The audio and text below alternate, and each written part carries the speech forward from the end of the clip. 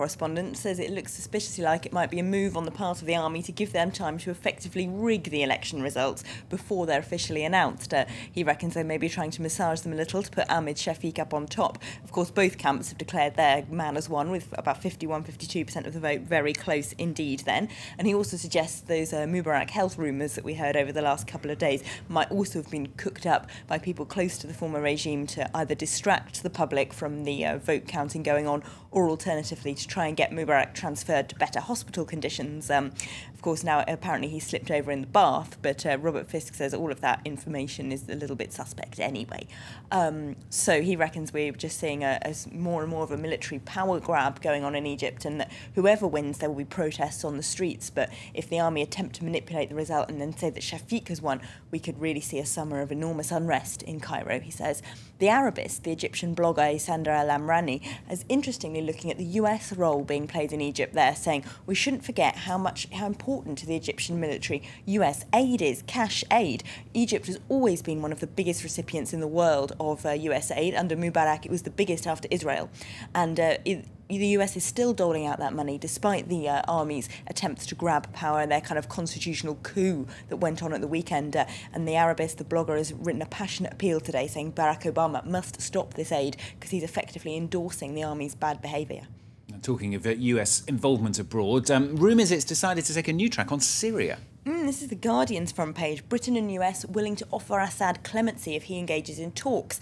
The analysis inside the paper calls this an almost totally futile attempt, a very long shot dependent on Russian support and smacking of desperation. But apparently Britain and the US are willing to offer Assad safe passage to a conference in Geneva where they hope he would meet the Free Syrian Army and representatives of the opposition. Of course, he's under a UN travel ban, so that would have to be temporarily suspended. And they may then be willing to offer him immunity from prosecution. Highly controversial, obviously. Lots of people think he should be referred to the International Criminal Court after 15,000 people have died in 15 months.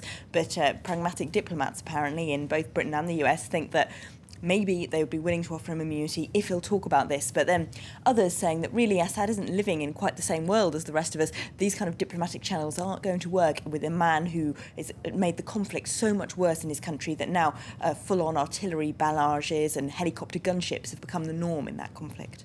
No, a story we've been talking about all week, in fact, the European tour of Aung San Suu Kyi. You've been looking at some of the press reaction. Yes, there's a rather critical piece in Foreign Policy. Now, they're not entirely critical. They say that, of course, she's on this European tour to receive her Nobel Peace Prize in Sweden. Yesterday, she received an honorary degree from Oxford, and there's no one who deserves those accolades more, they say, after her long fight for democracy in Burma. But we shouldn't forget that her struggle is far from over. She hasn't had anything to say, really, on this tour about the conflict currently going on in Burma between the Muslim Rohingya group who've long suffered discrimination. They're not proper Burmese citizens. They've been attacked on numerous occasions by the army. Now they've got a conflict going on with local Buddhist people who are backed by the army. Dozens have died recently. She said nothing about that. And the Foreign Policy says she's walking a very difficult, thin political tightrope now that she's agreed to enter the Burmese parliament. She has to keep using it as a platform to speak out against the government. And finally, the WikiLeaks founder Julian Assange is all over the front of the British press. Yes, of course, this is because he's taken refuge in the Ecuadorian embassy, what the Times calls the end of a long and wearisome legal farce, saying they hope Ecuador gives him up quickly. The Independence journalist covering the story decided to take a rather novel approach. He went to the Ecuadorian embassy and tried to take refuge there himself, saying, how exactly does one claim refuge then at an embassy in London? The Ecuadorian embassy turned him away, saying, we're so busy at the moment, you'll have to come back next week.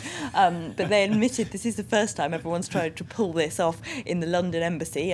They tend to get people doing the other way around, rather people refuging themselves in British embassies all over the world. So Assange's case that Sweden is a less safe place to be than Ecuador doesn't really hold up. Elena, thanks very much. Elena with the international papers here on France 24. Now we're going to bring you that story of Hank Skinner because DNA tests are to be done on evidence which is 19